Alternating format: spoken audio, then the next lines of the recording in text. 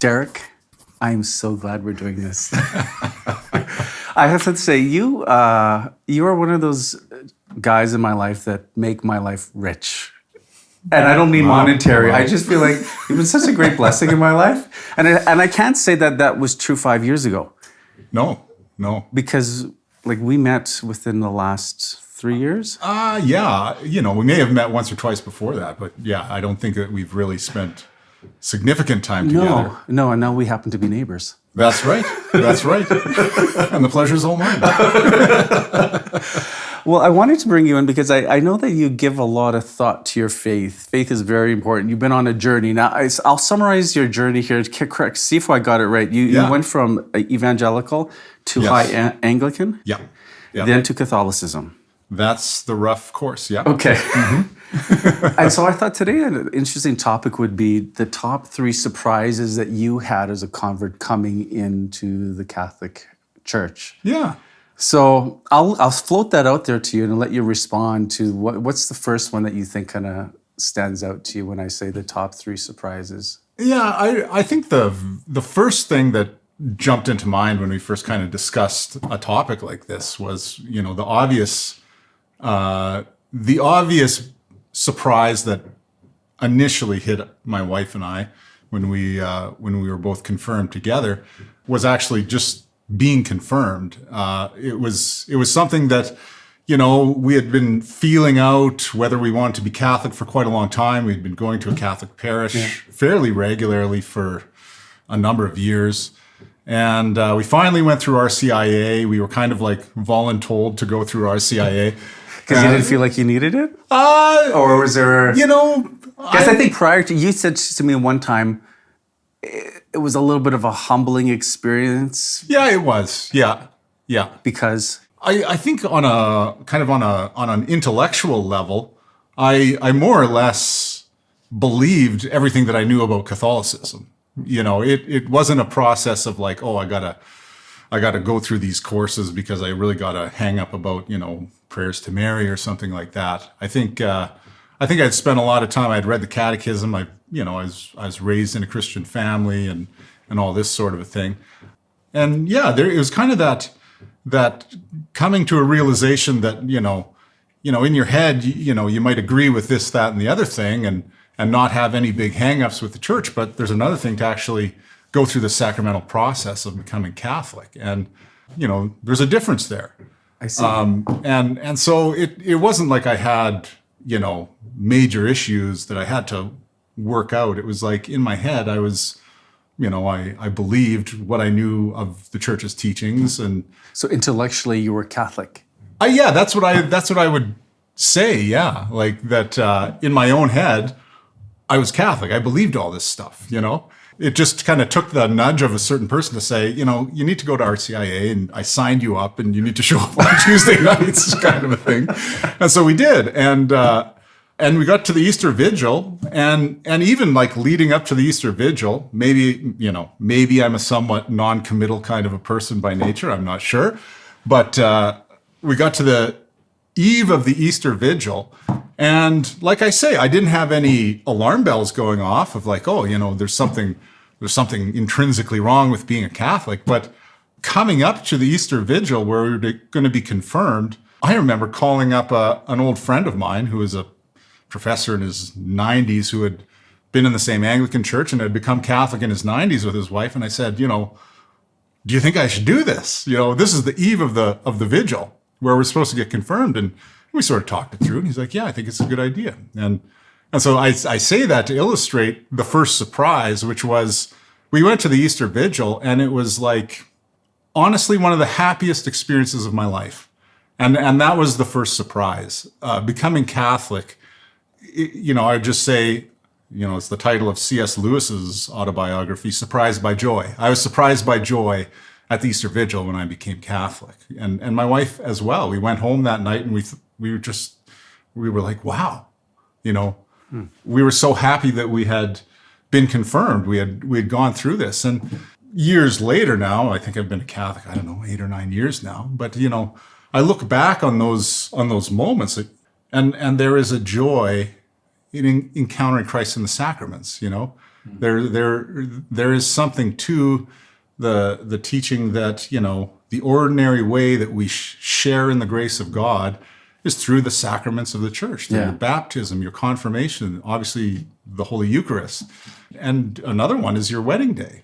I would almost compare our confirmation to the day I was married to my wife, Does she know that? She does know that. Yeah, she does know that. Well, again, it was like there's a lot of anxiety around a wedding. There's all this planning and people, and at that point, I certainly didn't want to stand up in front of like 100 people, and I found that fairly nerve-wracking. Yes. But I can tell you, as soon as that ceremony was over, I was filled with such a peace and a joy, a sense that like this was God's will for my life, to be married to this woman, that I can't even articulate it for you now.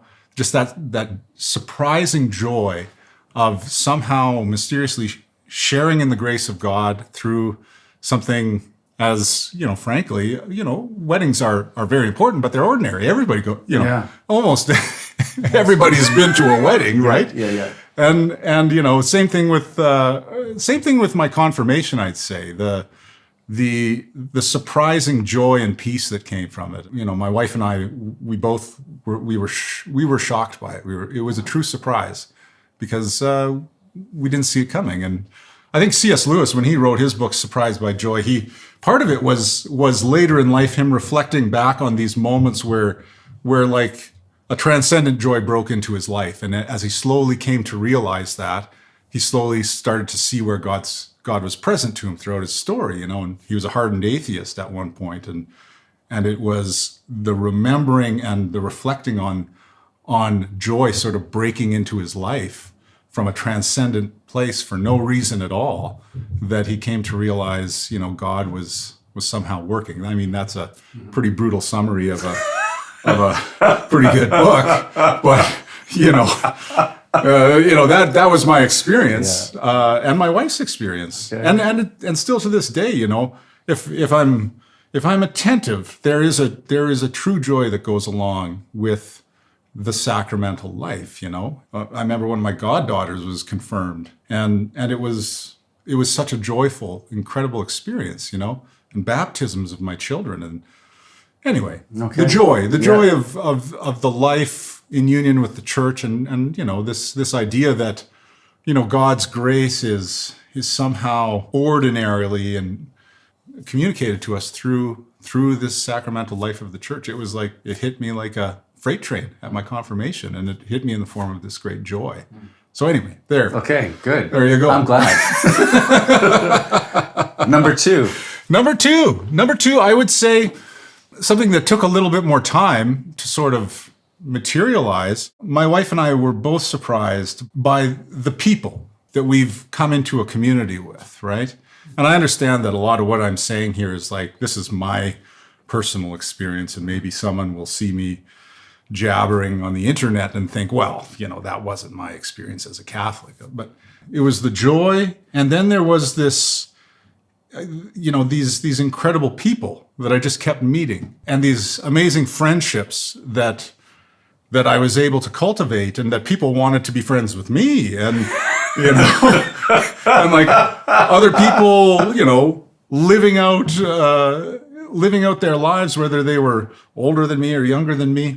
But the second big surprise becoming Catholic was the people. Part of my journey toward Catholicism actually started when I was kind of, doing some art school, stone carving that, was in my early 20s.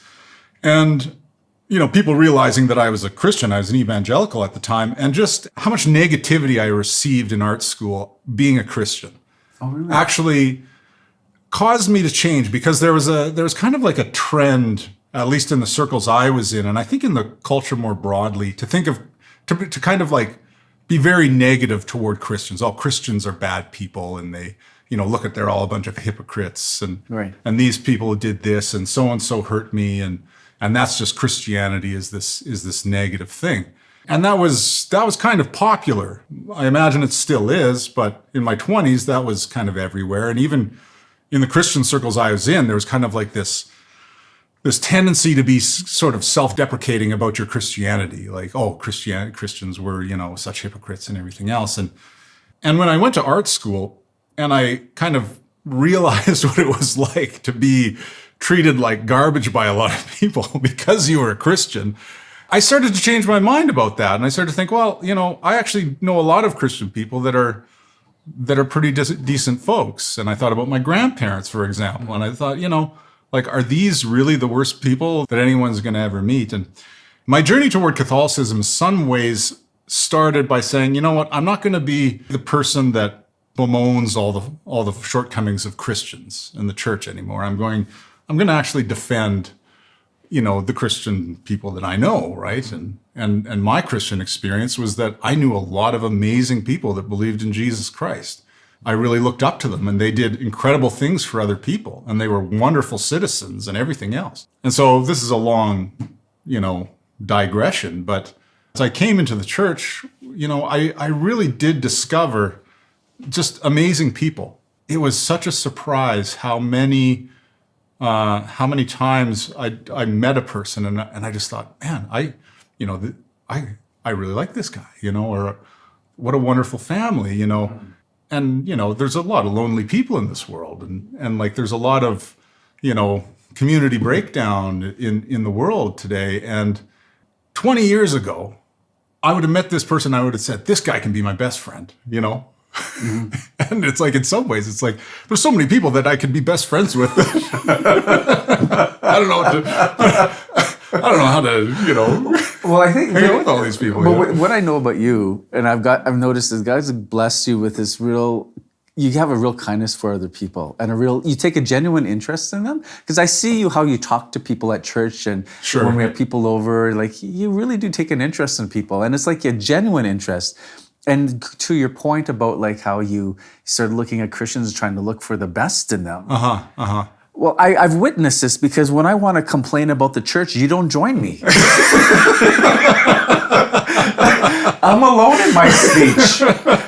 A private conversation. I go off and you just kind of sit there. And you just smile. You're like, okay, but you don't go down that road with me. You let me go there, and you kind of gently maybe pulling me back in some way, but you don't go, isn't that terrible? You don't do that. It's sometimes I like to hear someone. I'm like, okay, well maybe I gotta reconsider what I'm. Derek doesn't complain. That's very kind of you to say that. And I mean, I've been there. Like I've and I'm not saying that we have to like whitewash things that go on in the church or issues that people have. I just think that it's a red herring a lot of the time. I work in a secular construction sort of job, and the amount of people that begin with very negative stories about Christians and all this sort of thing, and then I get to know them and I find out, oh, it was actually Christians who helped you out when you were, addicted to drugs and had nowhere to live and all these sorts of things, And how often I've actually listened to a person's story who, takes up kind of the pop culture denigration of Christianity. And these people have been, have encountered very generous Christian people in their lives. And somehow there's this disconnect between that. But, I'm on a bit of a tirade. Okay, go back to, so it's the people, the quality of relationships you found a little bit surprising. But I think sometimes as a Catholic, we look to an evangelical experience where it seems like there's such a strong emphasis on what is called fellowship. Right. And community. And it's like, how were the relationships that you've formed with people of faith different from your evangelical experience versus the Catholic experience?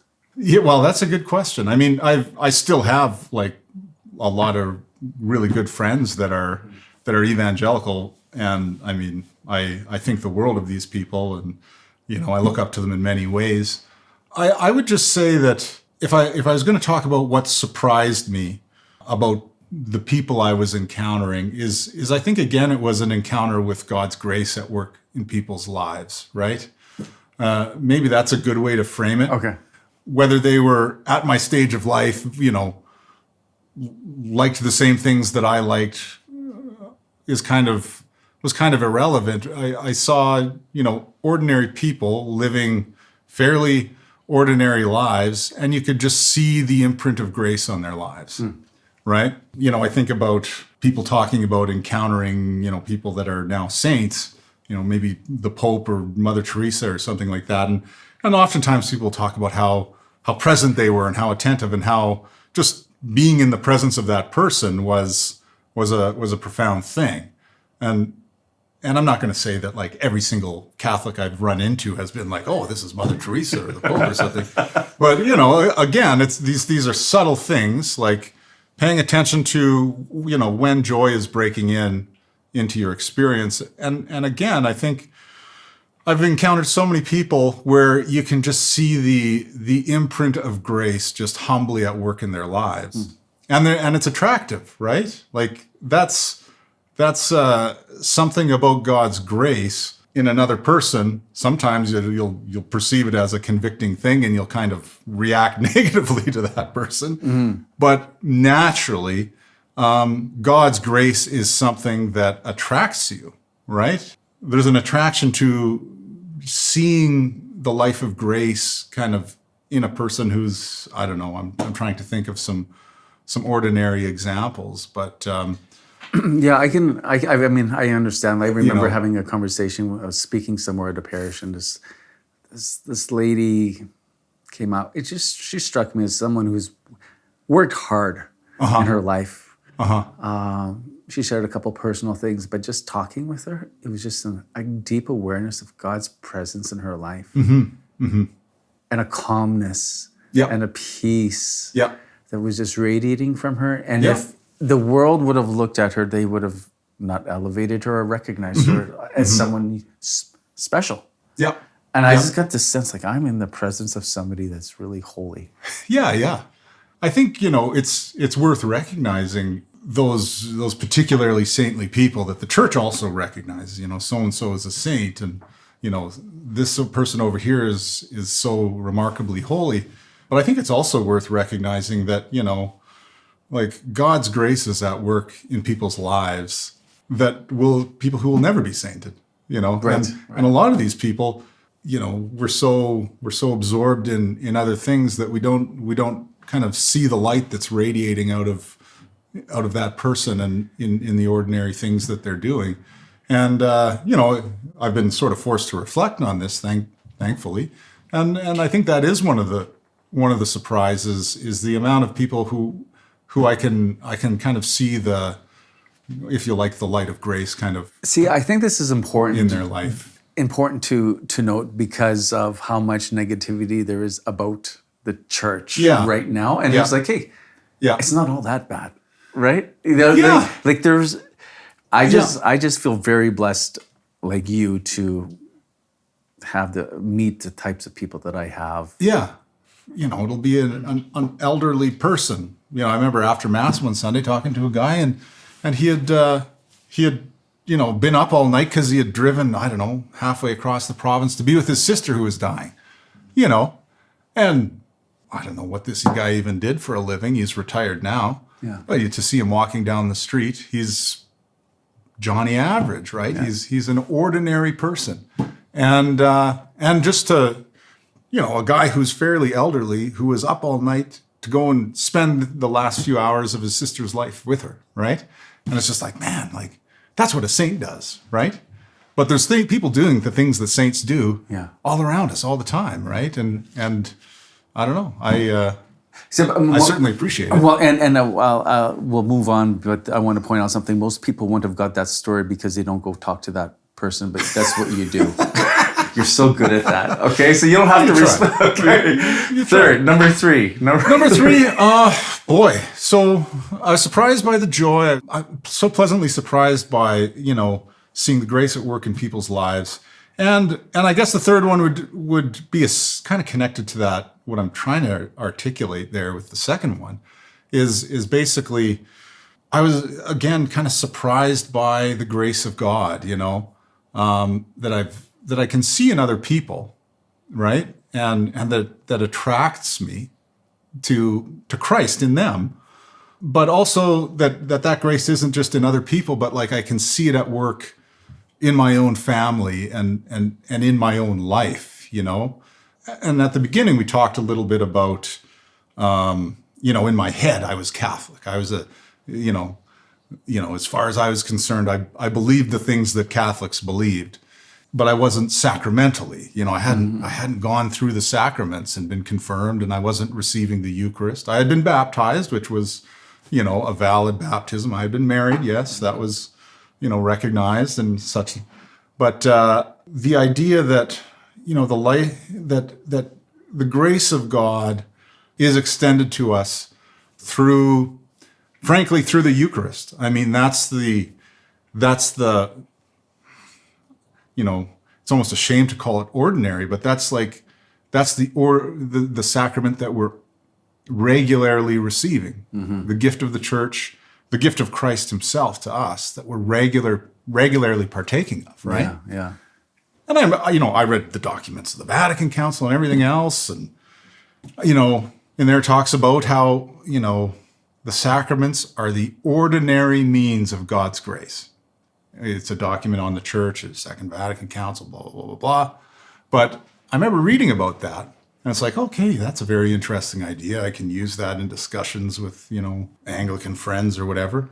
But, I've lived that now. I'm sacramentally Catholic, not just up here, like in the real sacramental life. I'm a Catholic. I've been a Catholic for 8 or 9 years, and regularly participating in the Eucharist has surprised me, in the sense that, the grace of Jesus Christ has surprised me at work in my own life, at work in our marriage. I mean, I tell people all the time, the best thing I ever did for my marriage, and I didn't do it myself, the best thing we ever did for our marriage was to become Catholic. That is just a fact. Can you unpack that a little bit? Like, why? Why? Is it because it opened up the streams of grace? Is that what you're getting at? I think ultimately it's the grace of God. It's the grace of God, like I was just saying, in other people, to see God's grace manifest in other people who are living out the married life.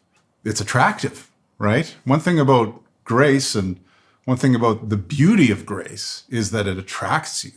And so, it's all grace.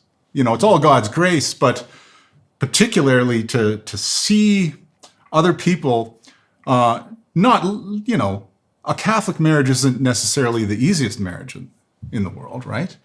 Like, we probably have at least 2 more kids than we would have had if we weren't Catholic, Yeah. It's not like it's the easiest thing in the world, but I've lost my train of thought. You're going to have to edit that out. But to build on to what is difficult brings grace too. Like, to see people who aren't necessarily living out an easy married life, right? Right. And to see the beauty of it, with all the trials and the challenges that go with it, is beautiful. It's attractive, right? It's true. Like, if you want an easy life, don't become Catholic. Yeah. Like, live a secular life. I mean, you can do whatever you want. There's very little demands on you. Like, if you really want to reduce it to what's easy, don't be Catholic. Yeah. But Jesus says something about the easy road, doesn't he? That's right. And many people follow it. But there's something about the standard that our faith gives us. It's not down here. It's up here. And there is this sense currently within modern Catholicism, let's lower the ideal because the ideal is too high to reach. Which I would say it's by reaching that you grow. It's by reaching that you truly become human. It's by reaching that you allow the grace of God to penetrate your life and to transform you. Yeah. Not everything that's hard is necessarily good for you, right? But there is something when it has been revealed to be good. Then seeking that good and warring with that and conforming your life, there is a war. And it's painful sometimes. It's painful in marriage. You have to make tough decisions sometimes. You have to discipline your passions. You're all telling these. Me. But all of this, it's like the doors fly open. And then God's grace Yeah. works. Yeah. Yeah, that's right. And I mean, again, like if we take the time to reflect, okay, what are the happiest times of our life? It's not going to be, you're not going to pick out the times that were like super easy. You know, there's a joy that comes with being called to something great. And I remember, I think it was Pope Benedict, who's often quoted, God has not made us for comfort, he's made us for greatness. Yes. And I loved that. I loved hearing that, when I was, still not even Catholic, coming to a Catholic parish, because if I reflected on my experience, the most joyful moments in life were very often not the easiest moments. Well, they never were, almost. It was like you did something that was difficult and you didn't know if you were going to be able to do it. And somehow, by the grace of God, you were able to do what life demanded of you. Yeah. And then when the rest finally came, it was like, wow, thank God, But kind of seeing the life of the grace of God at work in other people, and then to actually see it even a little bit in my own life, and certainly in our married life, through, sharing in the means of grace, just sharing in these sacraments of the church, has been surprising. Great. You can know something in your head, oh yeah, okay, God's grace, sacraments, all this sort of a thing. But to actually go and live it, the reality surprised. You can know something in your head, but the reality can still take you by surprise, right? 3 points. First one. Joy. 2. The grace of God in others, I'd say. And number 3, just the life of grace within the church, basically. Yeah. Describing. Mm-hmm. Okay. So. Thanks. Well, thank you, Ken. We'll do this again. Okay.